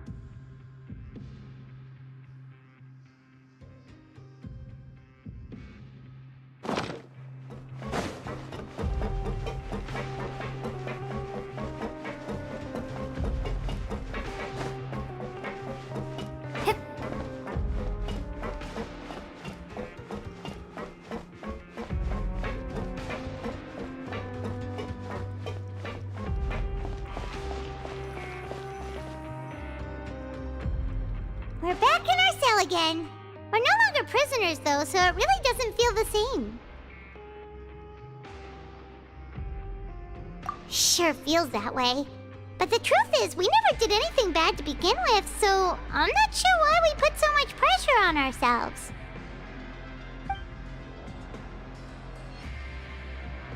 Huh? How did you know? Hey, that's not true! All right. Okay, Paimon just wanted to say that we really are an amazing duo after all. It's like we've now gone to so many places together and become friends with so many people. We've never stopped traveling or stopped meeting new friends. There are so many bad things in the world, and we're just two people, but we've still been solving problems no matter where we go. Isn't that pretty cool? You're counting Paimon today? Aren't you the only adventurer here? Then let's ask Catherine to give Paimon an adventurer handbook as well. Paimon will also be an adventurer from today forward. Just our thoughts making Paimon giddy. Paimon's gonna crash, so you sleep soon too. The last time we fell asleep here, we woke up to a whole mess outside our cell. The primordial seawater nearly rose up. That was so scary. We should be safe now, right? Alright then, good night to you, Traveler.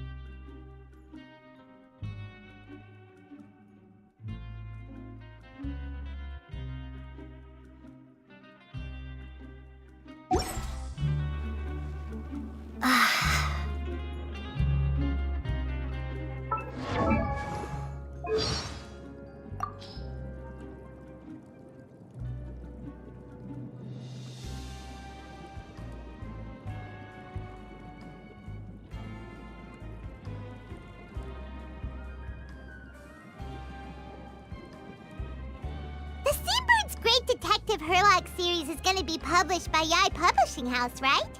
Seems like it. But the Steambird clearly doesn't need help with printing and distribution. Why don't they just publish it themselves? Mwahaha! You still have a lot to learn about the dark side of the publishing industry. Ugh.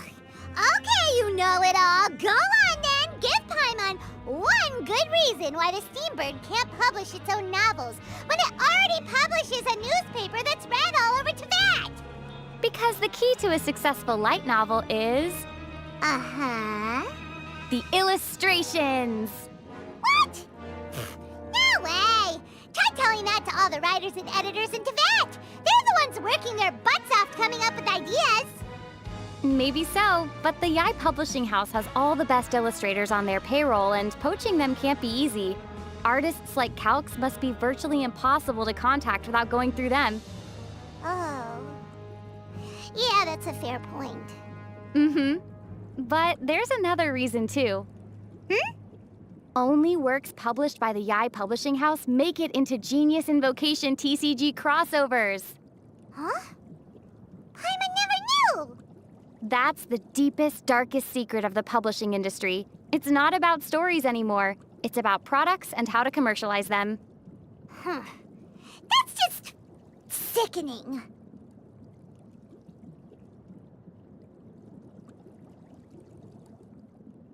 Pretty crazy how things that happened only yesterday show up in today's issue of the Steambird. Even stuff that happened late at night, way outside the city, makes it in. How do they manage to get these articles written up so quickly? Yeah, not to mention printed first thing in the morning. Paimon gets it! There must be a magic printer at the Steambird's office. As soon as the reporters bring in the latest news, they feed it to the printer and it goes gobbling all the writing up, ready to spit it back out when it's printing time. They probably have some reporters bursting in through the doors at the last minute yelling, "Wait! There's one last article to feed to the printer!" That's definitely a very compelling image. But as far as I know, magic printers like that don't exist. It's all thanks to the tireless work of the editing team that the Steambird gets printed on time every day. They sit there going, huh? Oh no! As they race through correcting spelling errors. Then they squeeze it all into neat vertical columns of text and run to their colleagues shouting, "Just give me 5 more minutes, please!" That's the real magic behind meeting publishing deadlines. Whoa. It's pretty amazing that they're able to make a whole newspaper in just one day. Do they ever get time to sleep?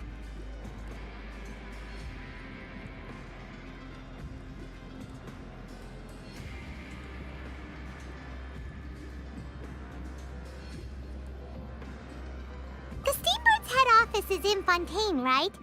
Paimon wonders what stories make it into their newspapers. Do you think they reported on our adventures with Dvalin? Or our duel with the Raiden Shogun? Oh, and everything that happened at the Academia? I'm sure they cover just about everything that goes on. It's more a question of where it would appear. They probably have different sections reserved for different topics. Oh. Well, in that case, we must make it onto the front page all the time! Surely that's where all the most exciting stories go! I'm not so sure. We might have made front page news once or twice, I guess. But I wouldn't be surprised if the headlines mostly focus on hit new operas or well-known actors. You know, stuff like, Actor X spotted drinking coffee on street. Actor Y goes public about new relationship. Or, Actor Z to retire from performing. Why would they fill the best page with stuff like that? It's completely pointless! Well, trivial maybe, but not pointless. Those are the stories that grab people's attention and convince them to buy the paper to get all the details. Fine. Well, maybe we'll be on the first few pages then. Surely they've got to put some real news in there, and it's got to be interesting enough to keep people reading after they've gotten their dose of celebrity gossip, right? The first few pages cover positive local news stories in the court of Fontaine. Things like food and commodity prices going down, or progress updates on the Aquabus expansions. They put these reports at the most prominent locations inside the newspaper. The point of them is mostly just to kill time. What goes on at the Academia might be important, but it doesn't directly impact the lives of people in Fontaine. Huh? So, where would they put our stories then? I'd guess on the very back page, after everything else. Oh, why so far back? I think they call it saving the best till last. The editors probably embellish things a lot to flesh the story out, then break it into several chunks to make it into a series that runs over several days. All right, so what's the point of the final page then? It gives the newspaper its raison d'être.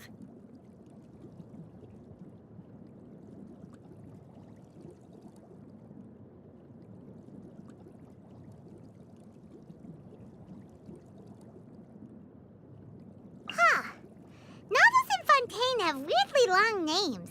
This one's called Do Clockwork Mecha Dream of Cogwheel Chiropractors. But the writing style and themes are pretty different from Inazuma's light novels. According to the synopsis, this novel is about a clockwork mecha experiencing back pain due to bending over for extended periods. It finally gives in, quits its job as an illustrator, then goes on a long journey looking for a chiropractor to cure its mechanical spine. That actually sounds pretty interesting. But why a chiropractor, though? Wouldn't an engineer do the job better? They could just go to the Fontaine Research Institute and save themselves the long journey. Well, yeah, but having met some of the engineers from the Institute, Paimon could see why they wouldn't want to. Oh yeah, that's true. But anyway, even though the protagonist of the story is a clockwork mecha, you can still tell that it was written by a human. Imagine if they got a real clockwork mecha to write a novel. I wonder what they'd write about. How about this? I awoke one morning and found myself human. Hey, that's a good one, Paimon.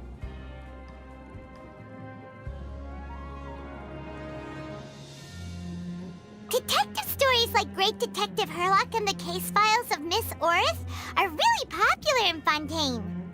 They're also pretty complex. Can you even follow the plot? Don't you underestimate Paimon! If Paimon read any of those novels, she'd definitely solve the mystery before she's even halfway through! Okay, well, if you do, then keep it to yourself. You don't want to spoil the story for anyone else. Paimon would never do that! Although, you also have to watch out for people who use no spoilers as an excuse to shut down discussions, when the truth is, they're just annoyed that a story they can't stand is getting so much attention. Huh. Well, Paimon doesn't read much, so she wouldn't know anything about that kind of thing. You see it a lot when two fans of Onibudo get talking. Someone will butt in and say something like, "Stop, don't spoil it for me. I'm only up to Chapter 2 of Volume 1. Chapter 2? Yeah, clearly they have no intention of reading any further. Hey, Paimon, you want to hear a secret? Sure. Listen carefully. Zhongli is Rex Lapis. What a crazy twist! Why would you spoil? Oh, wait a second. We figured out that one ages ago. So apparently, some detectives in Fontaine manage to solve cases without ever setting foot outside their homes. They call them armchair detectives. That's what they call working from home, right? Sounds pretty cushy. Still, how do they figure out the truth if they never even go to the crime scene? Oh, Paimon knows! They must be using divination. You're thinking of fortune tellers, Paimon, not detectives. Oh, yeah. In any case, surely the evidence isn't just dropping itself off at the detective's doorstep. You mean... Oh, the detective must have people collecting information for them! Perhaps. Or maybe they post commissions at the Adventurers Guild? Huh? But that would mean the detective gets all the credit for our hard work. Oh, bet they make a tiny sum more off it, too. Paimon won't stand for that! Let's go have a little talk with Detective Armchair right now!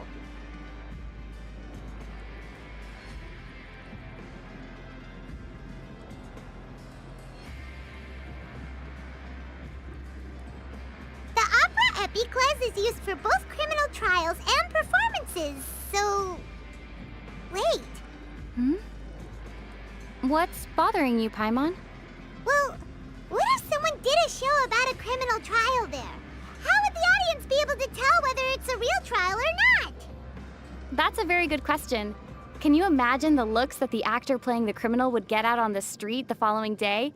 Everyone who recognized them would say, "Hey, weren't you the one on trial yesterday?" Yeah, exactly! It would get so confusing! The actor would constantly be telling everyone, "It was just a show, for goodness sake. Stop treating it like it's real." Well, they'd only have themselves to blame. What do they expect staging a show about a trial in the opera Epicles? Clearly they're just trying to confuse people. What a terrible idea! Yeah, it is a terrible idea. What were you thinking, Paimon? Wait, what? Nothing! Just what a terrible idea it would be if someone came up with that idea.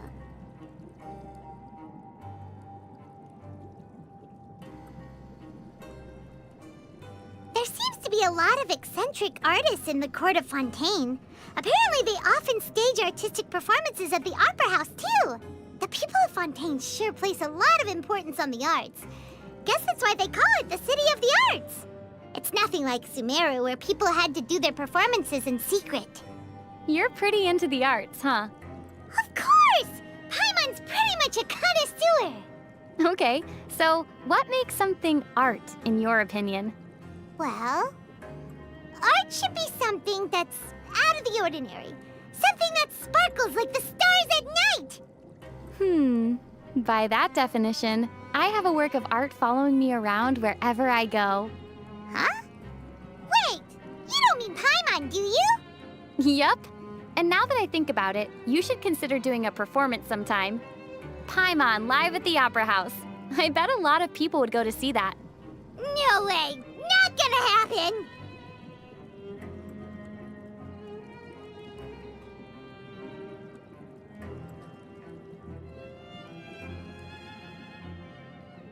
Gardamex carry out whatever task they're programmed to do, so basically they can do whatever you tell them to. Got another bright idea, Paimon? Yep. Paimon needs a commission handling Gardamek, a material harvesting Gardamek, and a domain exploring Gardamek! Ooh, and a gourmet chef Gardamek too! Then we can sit back and enjoy our new fully automated lifestyle. They're extremely expensive to own and operate, though. And don't forget, there's maintenance and repair costs as well. Okay, let me do some quick napkin math here. Using a Gardamek, the average cost to harvest a single mint would come to around 6,300 Mora. What? Oh, that's eye-wateringly expensive. Suddenly, Paimon feels like we adventurers don't get paid enough for the high-value work we do. You know what's strange? Clockwork mecha are extremely intricate, and yet people regularly manage to fix them just by whacking them a few times. How does that work? I guess if a gear or drive shaft comes loose, sometimes whacking it or giving it a shake is enough to make the parts latch back onto each other. Huh? Paimon didn't follow that. Well, simply put, if the mecha isn't actually broken, a little tap can nudge the parts back into the right places. But on the other hand, if one of the parts is damaged, then no amount of whacking is ever gonna fix it. Oh, so it's like knocking sense into people. It works fine as long as they've got a brain and they're just having a dumb moment. But if they're a total airhead, there's nowhere for the sense to go. Wait, why are you staring at Paimon's forehead? Don't worry, I'm not gonna whack you in the head. It wouldn't work anyway. Well, that's a relief. Wait, hey! Paimon's heard that the earliest clockwork components ever invented actually work on a very simple principle. You take a long object made from durable material, bend it, and wait for it to return to its original shape. As it rebounds, you can use the energy it gives off to power gears and stuff. And then you basically have an engine. A long object made from a durable material. You know what that reminds me of? Cryo and Pyro Regisvines, don't you think? Ooh! Of all the things you could have thought of, why those two? But come to think of it, the Regisvines are pretty good at whipping their stalks around. And they're really strong, too. If you let them charge up their energy and swing at you, they'll knock down anyone in their path, even me. And we both know how strong I am. So, are you saying that you could turn the Regisvines into a clockwork mechanism? Well, think about it. Since cryo and pyro lifeforms are highly incompatible, if we put them both next to each other at a slight incline, so their necks are tilted towards one another, they'd spin non-stop to avoid touching each other. It would be the world's most powerful clockwork mechanism. Once we found a way to harness it, it would generate enough energy to power most of the machines in Fontaine.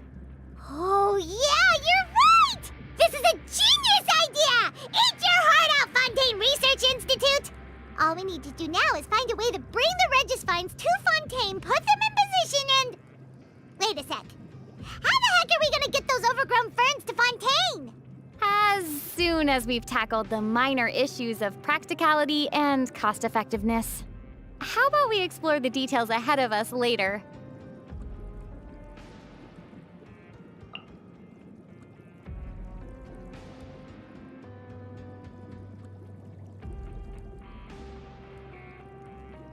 At the Fontaine Research Institute, they research clockwork and different energy sources, right?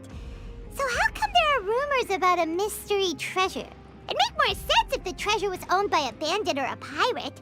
But Paimon's not sure that the researchers' and technicians' definition of treasure is really mysterious enough to get excited about. What about researcher by day, bandit by night? Does that sound mysterious enough? Well, for starters, it sounds exhausting. Imagine finishing your day job, then working a whole other job at night. Where would they get time to rest? Maybe they wouldn't need to rest if they were actually a clockwork mecha in disguise. A mystery treasure left by a clockwork mecha who's a researcher by day and a bandit by night? Oh, now that sounds more like it.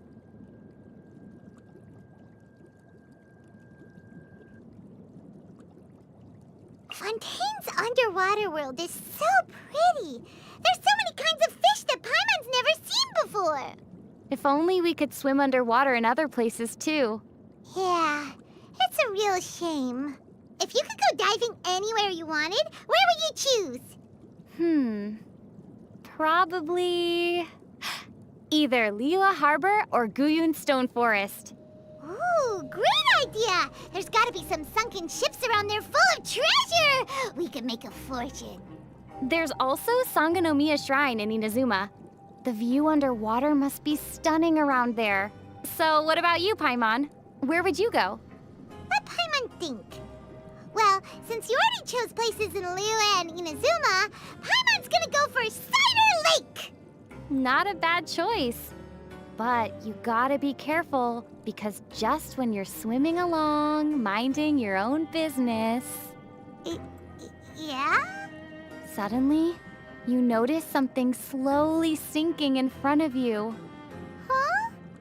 It's round and chubby, with a red and white pattern on its surface. The moment you realize what it is, you know it's already too late.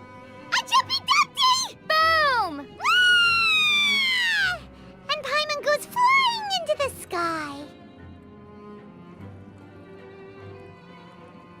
Paimon thought we'd be saying goodbye to the amazing cafes after we left Sumeru.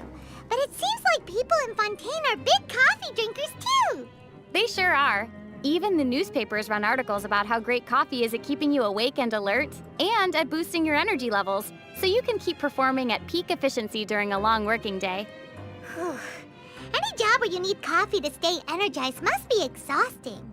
Like, blacksmiths? Maybe chefs too. Oh, and adventurers. They're always running around all over the place. Hey, and what about divers? Divers, huh? That's definitely the odd one out here. How are divers supposed to drink coffee when they work underwater the entire time? Yeah, that's a good question. They can't take off their helmets underwater, so they'd probably have to shut themselves inside an even bigger glass box and drain all the water out before they can finally drink their coffee. Probably from a bottle. No, wait.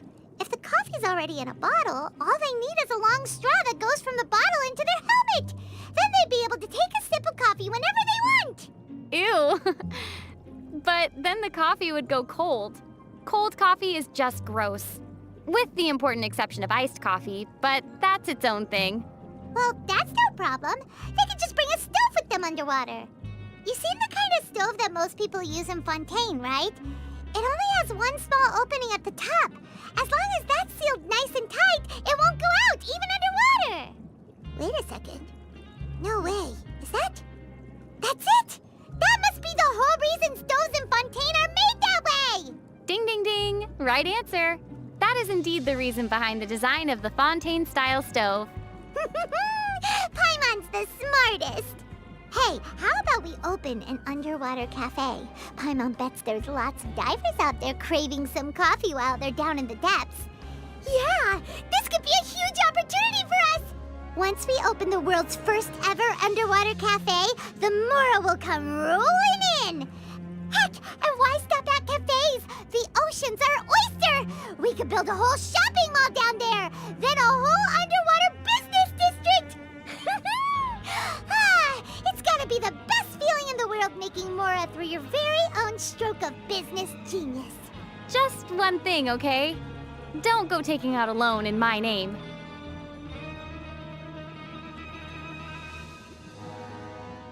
Pro tip. While we're in Fontaine, if someone ever picks a fight with you, you should never fight back unless there are witnesses around. Huh? Why's that? Because without any evidence, the court will probably reject your claim of self-defense, and they'll just rule that it was an intentional street fight. Okay, and then what? Well, if that happens, you'll almost certainly end up having to duel before you're put to trial. At that point, you'll either have to fight the same person all over again, or go head-to-head with their champion duelist. Paimon just feels bad for whoever has to fight you. Fanta tastes amazing, don't you think? Yep, it's so refreshing. Especially when you down the whole thing in one big gulp. Can you buy a glass for Paimon? Paimon's always wanted to try that thing. What thing? Just buy it, you'll see in a minute! Go, go, go, go, go. That's what those drunkards do after they clink their glasses together. Paimon's been itching to try it for ages. Don't imitate them, Paimon. It's not a good look on you.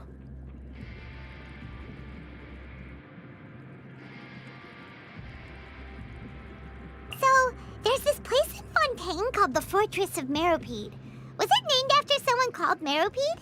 I've never heard anything about that, but you could be right. Paimon's kinda envious. Having a building named after you must be an amazing feeling. When you have the time, can you build something in your Serena teapot and name it the Fortress of Paimon? Sure. In fact, I can do one better. I'll build it in downtown Fontaine.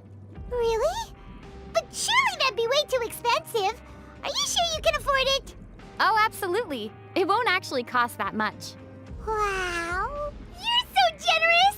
So what are you gonna build? I was thinking a cozy little clay bungalow with a wood burner for underfloor heating, a waterbed, a few chopped onions, salt and pepper, some greens, and, Hey! Ugh, you're unbelievable! Can't we get through one nation without you cracking this stupid joke?